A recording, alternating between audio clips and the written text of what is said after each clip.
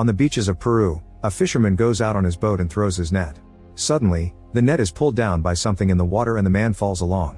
He decides to swim down to retrieve the net, which is stuck on a bunch of rocks. However, a huge swarm of fish begins to surround him and then kill him. In Scotland, biologist Charlie is on a research mission sent by the Institute of Marine Biology in Germany. Her co-worker Rahim sends her instructions to map a specific section of the seabed using OVs, which are autonomous underwater vehicles. At that moment, Charlie sees an alarm on the computer and discovers that one of the OVs has stopped working, so she goes out on a boat to check on it. It turns out the OV is stuck in the chains of a buoy, thus Charlie dives underwater to untangle it. As she works, she can't help sensing something strange surrounding her, but she can't see anything.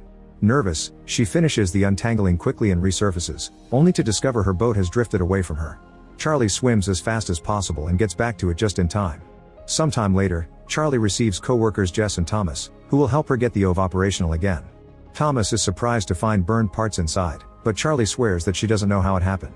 The duo leaves as soon as the repairs are done and now Charlie feels very lonely, so she goes to a pub where she meets fisherman Douglas and they end up spending the night together.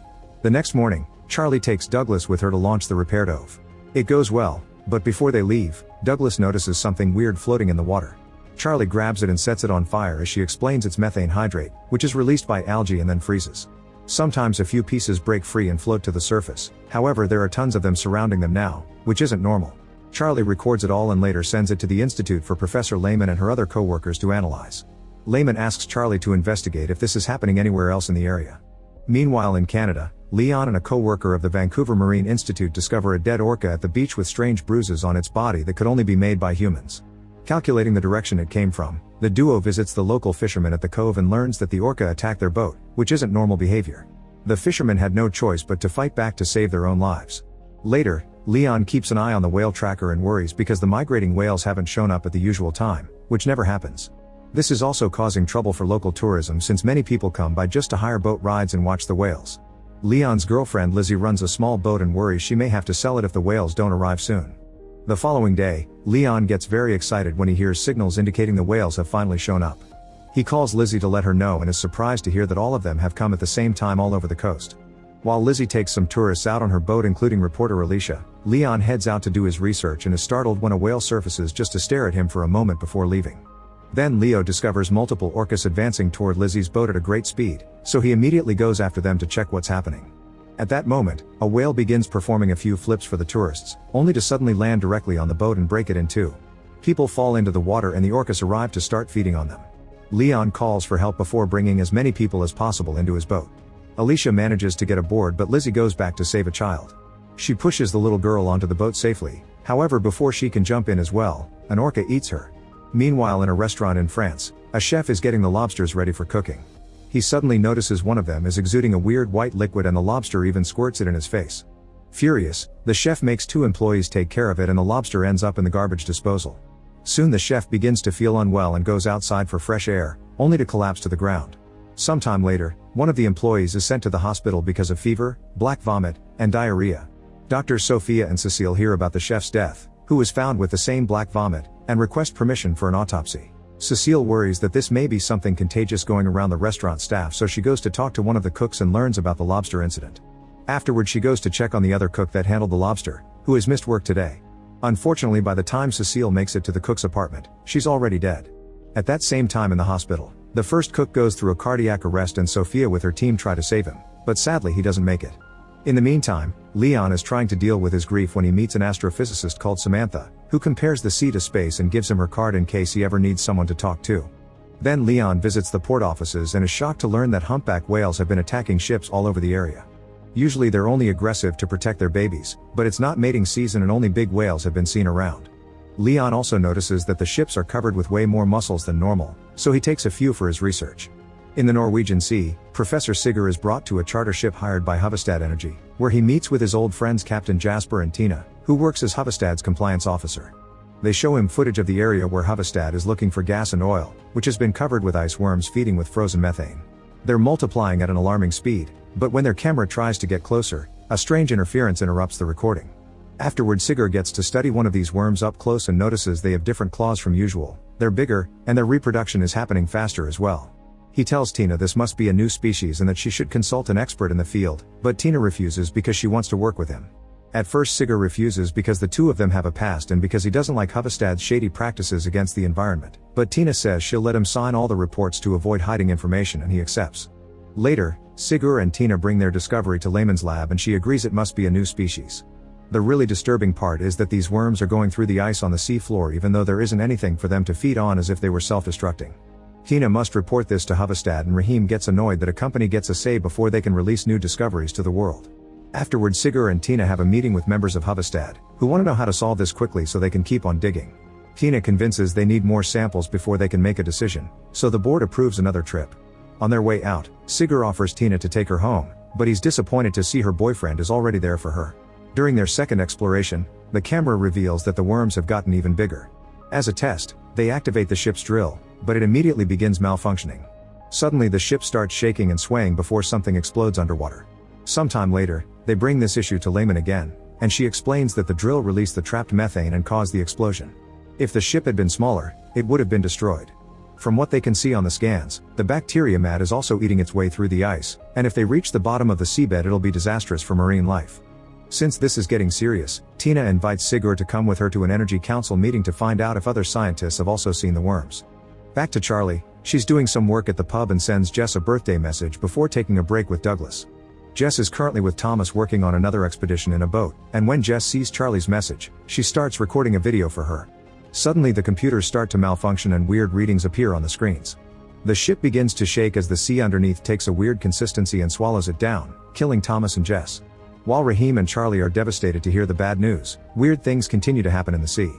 In Venice, the locals are shocked to discover that the waters are suddenly full of jellyfish. Meanwhile, Leo shows the mussel samples to Alicia and other scientists at the Vancouver Institute, who are shocked to see the results. These mussels are much bigger than usual and their rate of reproduction is too fast, so they could be a new species or a mutation. They also notice a white substance coming out of them, so they'll have to test it too. Then Leo asks for permission to do an autopsy on the dead orca because even if it died from its wounds, its weird behavior needs an explanation.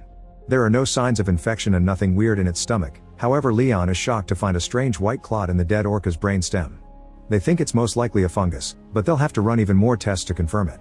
Later, while they analyze the pattern of the whale's attacks and other anomalies, Leon recognizes that they've all happened in the migration path of the whales. Wanting answers, Leon takes a boat with his co-worker and Alicia to the middle of the ocean, where he dives in and finds the pod of whales he tracks sleeping. Very carefully, he manages to place a camera on one of their backs, but suddenly they wake up and start acting strangely. Leon swims quickly and returns to the boat, which leaves right before the whales hit it. Sometime later, Leon is alerted that the camera has come off the whale, so he rushes to retrieve it from the ocean. In France, Cecile runs some tests on the blood from the three cooks and even double checks with her own blood. She reports to Sophia that it's a bacterium called Vibrio vulnificus, which produces toxins when it comes into contact with blood and causes infections. However, these infections are very rarely fatal, and what these three people had is a new mutation that actually consumes the person's blood at an alarming rate. Sophia informs her she's heard of more deaths with the same symptoms in a restaurant up at the coast, so it's spreading. In a car wash nearby, an employee starts feeling dizzy as a client yells at him, only to suddenly throw up black vomit and collapse. He's immediately taken to the hospital, where Sophia notices that there are 2 more cases like this coming. She discusses theories with Cecile, who discards that the infection may be airborne because they'd have even more sick people. Then it hits her, the infection must be in the water system because the lobster was thrown in the garbage disposal. While a special team closes up the car wash and takes water samples, Cecile sends her children to stay with her ex-husband and reminds them not to drink tap water. Meanwhile, Sigurd travels to Switzerland to meet with Sato, a representative of Mifune Industries. Sigurd knows they're losing ships to the recent trouble in the oceans and gives them an envelope with his findings about the worms. Later, Sato takes this information to the company owner Mifune, revealing they already knew about the worms. Mifune orders his employees to find out where Sigurd's loyalties lay since Huvestad is the competition. In the evening, Sigurd meets with Tina and demands to know if she truly only wanted to see him for work. Tina admits that she missed him and they end up spending the night together. The next day, Sato calls Sigurd and shares his own information. They've found the same worms in China, Japan, and India. Sato also implies that Huvestad doesn't have an exploration license and that Tina lied to him. Seconds later, Sigurd receives a video from Sato that shows Huvestad's practices are harmful to nature. Sigurd calls Tina to tell her about the worms in the other areas but doesn't mention the video. Their conversation ends abruptly because Tina is currently with her boyfriend, who doesn't know she cheated on him. In Germany, Charlie returns to the Institute because she wants to watch the footage of the search for Jess and Thomas' sunk ship with Rahim and Lehman. The bodies haven't been found yet, but the camera shows a mysterious white substance floating around the ship which defies explanation. At the same time in Canada, Leon and his co-workers watch the footage from the whale camera, noticing the whales are diving deeper than usual. In the end they find the same white substance surrounding the whales and a strange sound that doesn't sound anything like a whale's song. In the meantime in South Africa, a couple is having a nice moment on the beach when suddenly the girl is pinched by a crab. They turn around and notice an insane amount of crabs emerging from the sea and invading the city. The couple tries to escape on a bike, only to end up falling on the streets as the crabs surround them. In France, Sophia and Cecile explain their discovery to the government, but they don't have a cure for it yet. They ask for all fishing to be stopped and for water systems to be shut down, but the government doesn't want to do it because of the potential economic consequences. Later, Cecile watches the news and learns that the same crab invasion is now also happening in Brazil, Japan, India, and Morocco. Back to Sigur, he and Tina board Jasper's ship again to find out the spread of the ice worms. The screen reveals there's absolutely no life in the area, and Jasper confirms that Huvestad's ships have been around here the last few weeks. Sigur tells Tina that Huvestad has lied to her and in the guise of laying pipes they have breached the terms of their permit. Tina is hurt that he knew about this and didn't tell her sooner, showing a lack of trust in her. Sadly Sigur admits he indeed doesn't trust her because of the troublesome history they share, so an argument ensues until Tina walks off. Later when Sigur tells Lehman what happened, the professor says it's very possible that Tina didn't know. She also advises Sigur not to leak the story, because Huvestad will just blame it all on Tina. In Canada, the Institute learns that their weird mussels have also been found in Madagascar, Uganda, and Paraguay. To their shock, they all have the same genetic barcode as theirs, which should be impossible. They suspect the white substance found in the whale's brain is the same that the mussel was leaking the other day, but sadly it decomposed as soon as it touched air, so Leon will have to get another sample. Leon returns to the port offices but this time he isn't allowed in because it's become a restricted area. He pretends to leave, only to return seconds later to jump over the fence. Unfortunately he isn't sneaky enough and soon the guards are chasing after him until they arrest him. However the port's boss gives Leon a chance and makes him talk to Sato, who quickly worries when he hears everything the Institute has discovered. Sometime later, Alicia points out that they should check with other organizations to see if they've heard the sound they noticed in the whale recording before, so Leon tells her to contact Samantha. In France, a bunch of boxes labeled biohazard are brought to the university so Cecile can run some tests on the crabs that were sent from Morocco. They have the same weird white substance inside their bodies, and when she tests it with human blood, the same infection starts feeding on it. This means it isn't just the water, the seafood isn't safe for consumption either. Afterwards Cecile and Sophia discuss that the shell color indicates these are the vent crabs, which usually can't survive on land. They're either a mutation or a new species. Meanwhile Charlie returns to Scotland and discovers she has a message from Jess recorded right before she drowned. To deal with her grief, she watches it a couple of times, only to discover the white substance appearing on the window. She also notices there's a weird noise in the recording and when she compares it to the footage from the underwater camera, she confirms they're the same. She immediately calls Rahim and asks him to share this with Lehman. At the same time, Sigur tries contacting Tina on her work phone since she won't pick up her personal number, only to learn she doesn't work at Huvestad anymore. Afterward he goes to see Lehman, who tells him of a slide in Japan caused by the ice worms. This slide was small, but it could be an alert of bigger disasters happening, and Sigur points out the worms are only appearing in areas where they can do the most damage to mankind. Lehman thinks that's crazy, but Rahim takes the chance to tell her about Charlie's discovery. However, even after hearing Charlie out and seeing the matching wavelengths, Lehman still thinks it's just the same glitch on the comm signal and not a sign of anything. Charlie insists she's onto something and shows that before all the ships sunk, there was a spike in water temperature above a vent that is supposed to be dormant. Lehman refuses to believe there's a force on Earth that could take the water from the vent to the ship and yells at Charlie, forbidding her from going down there to investigate. Sometime later, Sigur learns that the International Council for the Protection of the Ocean has called for an urgent meeting in Switzerland. He calls Sato to explain he wants to go to see the council because he has a theory that all these incidents are probably connected, and in return Sato gives him Leon's number so they can compare notes, promising to get him a place in the big meeting. After calling Leon to share the information they have, Sigur goes home and is surprised to find Tina inside. He tries apologizing for not trusting her but Tina just says she's tired of lying bosses and announces that she is going away alone. Hurt, Sigur tells her that he can't imagine life without her, but Tina only responds goodbye before leaving. Later, Sigur checks out Leon's footage and realizes that the noise is the same as the one Charlie identified. He quickly sends it to the Institute and this is enough proof to send a Deepwater O for further testing. Lehman also authorizes Sigur to go along. While Sigur brings the OV and Leon's footage to Charlie, everyone in the Institute gets a warning about a tsunami forming near the coasts of Norway, Denmark, and Scotland. Rahim tries to contact Charlie, but she left the phone behind while saying goodbye to Sigur, who is now taking off in a helicopter. At the same time that Douglas is arriving to visit Charlie, Lehman manages to get in contact with Sigur, who immediately tells the pilot to wait. He runs to warn Charlie, who wants to go after Douglas to save him too, but there isn't enough time, Sigur drags her into the helicopter and it flies off, so Charlie has to watch her boyfriend die and her home get destroyed. In the meantime, Tina goes to see her boyfriend to break up with him. She's near the beach when she suddenly sees a bunch of birds flying by and the water begins to form a giant wave right in front of her. Everyone in the area begins running away and Tina tries to get help from her boyfriend, who escapes in his car alone even though he did see her. Knowing there's no hope, Tina gets in her own car and leaves a message for Sigur, saying, "I cannot imagine my life without you," either right before the wave kills her too. All news outlets over the world cover this disaster, which caused thousands of deaths. Charlie leaves Scotland and Raheem tries to take care of her while Sigur goes home and finds Tina's message, which causes him to have a breakdown as he plays it on repeat. Soon Cecile holds a press conference, attended by Samantha, Alicia, and Sato while the others watch it on TV. She shares everything she's discovered about the crabs and how she believes it's connected to all the weird things happening, even saying the deaths caused by that tsunami could have been prevented. After the conference is over, Sigur calls Sato to ask for a meeting with both Cecile and Leon. In the evening, Cecile and Sigur meet through a video call and discuss the possibility of all these events being strategically planned. Cecile even theorizes that whoever is doing this is learning from previous events because the infected lobsters were fished but the crabs came to town themselves. The next day, Sigur meets with Leon, Charlie, Cecile, and Raheem at the Institute and they try to convince Layman of their theory. They think there's a mysterious sentient being that is coordinating all the animals to cause these attacks to get back at humanity for how they've ruined the planet. However, Layman refuses to believe it, saying this goes against all the foundations of science, so she won't endorse Sigur's presentation for the council. Afterward, Sigur informs Sato that Layman isn't coming, but Sato isn't worried because he thinks they have enough proof. Raheem and Cecile chat for a while and think that this being's actions are defensive, not aggressive. Later in the evening, Sigur notices Leon's bracelet and hears a story about the symbol on it, which his mother gave him for his curiosity because it means unknown. Sigur likes the symbol and draws it on paper, inspiring him to call the mysterious being The following day, the team brings their presentation to the council, explaining they want funding to make contact with and ask it to stop. Unfortunately, the council thinks the idea of nature attacking humans for revenge is ridiculous.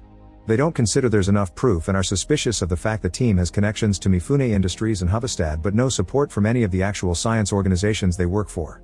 After the disappointing meeting, Alicia brings Samansa to meet the team with some big news. This weird signal they've found near the beaches has also been picked up in Antarctica and the Arctic Ocean. Samantha agrees with the team's theory and wants to join them. Meanwhile, Sato and Sigur have a chat with Mifune, who approves of the theory too and has decided to fund the project. Afterward, Sigur tells the details of the mission to the rest of the team, explaining it's very dangerous so he won't judge anyone that wants to quit now. Charlie has no relatives so it's easy for her to accept, but Raheem informs her he won't join the project because he's worked enough so now he wants to spend time with his family. Charlie can't help feeling betrayed. The rest of the team does accept to go, but they visit their families before leaving. Cecile doesn't tell her children of the danger, but in private, she arranges all the paperwork with her ex-husband in case something happens. Sigur spends his evening hearing Tina's message until he's finally capable of deleting it. Soon the team leaves on Jasper's ship and by analyzing all their information, they calculate her must be somewhere in the Mali Deep located in the Arctic Ocean. They contact Mifune to inform him of their plans, and he makes sure they'll keep both video and written logs of everything. Jasper teaches them about all the security cameras the ship has, but Alicia still goes around interviewing everyone for her own video logs. The scientists still run tests to keep their intel up to date and Charlie works on maintenance for the submarine with crew member Luther. After traveling for a while, the ship's equipment starts flickering with interference and the scientists manage to capture a signal. Samantha immediately begins designing a message to send back by using Earth's signal with slight modifications. She adds a slight spike and the sound of a baby's cry to indicate they want to communicate. If returns a message with the same spike, they'll confirm its intelligence. Meanwhile, Cecile and Sigur confirm that the white substance controls the animals by inserting itself into their nervous system, as if forming an army that follows its orders. Later, Jasper stops the ship and while they transmit Samantha's message, Charlie and Luther take the submarine for a test drive. After just a few seconds, the radar detects something big in the water, but the duo can't see anything. In the ship, their sensors also detect this mysterious mass and pick up another signal before the computers start flickering again and they notice the mass is coming closer. At that moment, Luther notices they've lost their fans and are running out of air, so he has to switch to backup. He tries to inform the ship of this, but they've lost communications too. Worried, Luther wants to abort the mission, but Charlie asks him to turn off the lights because she thinks there's something out there.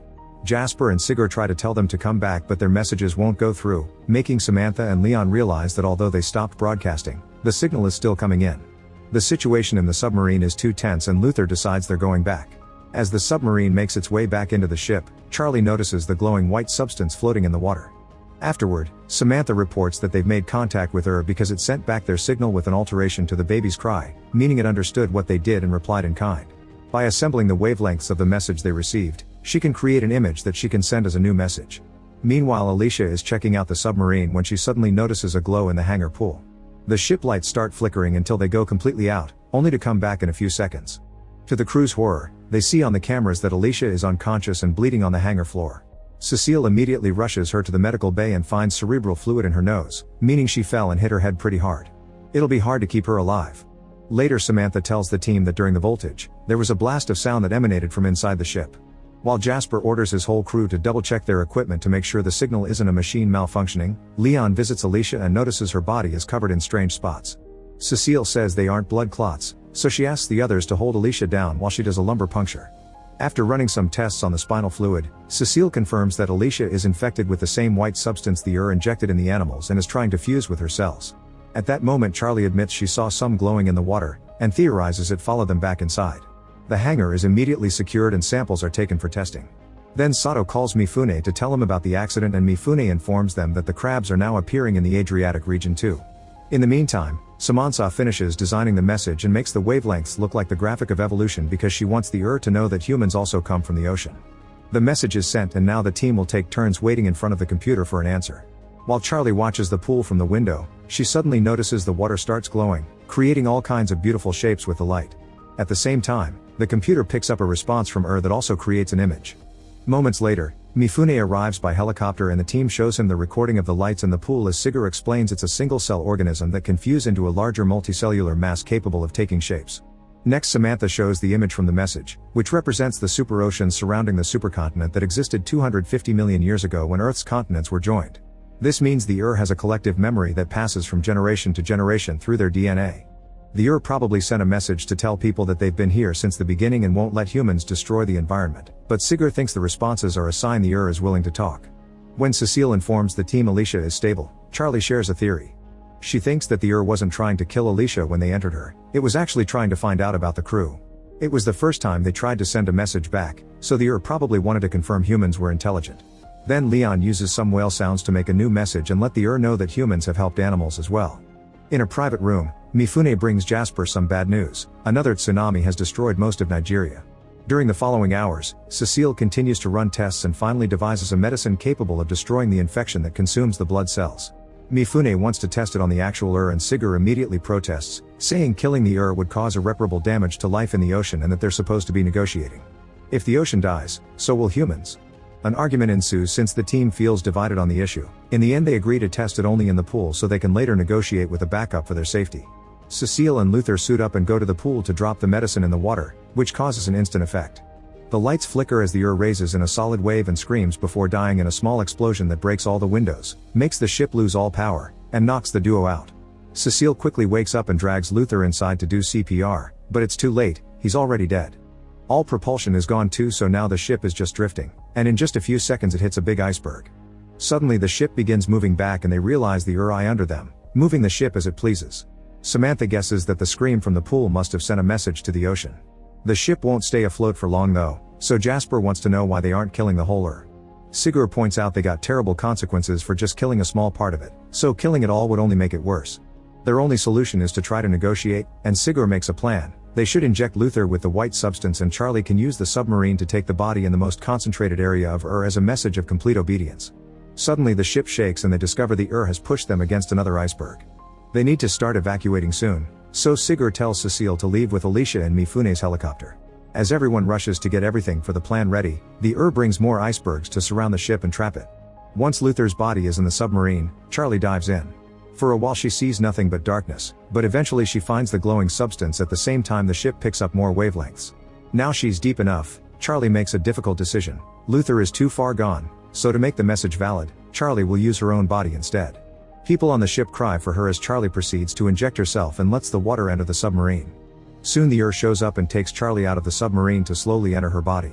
This releases its power from the icebergs and the ship is free to sail again. Sometime later, Charlie's body appears on a beach. She's alive and when she opens her eyes, they're glowing blue. Make sure to subscribe and turn on notifications so you can watch more videos like this. Thanks for watching.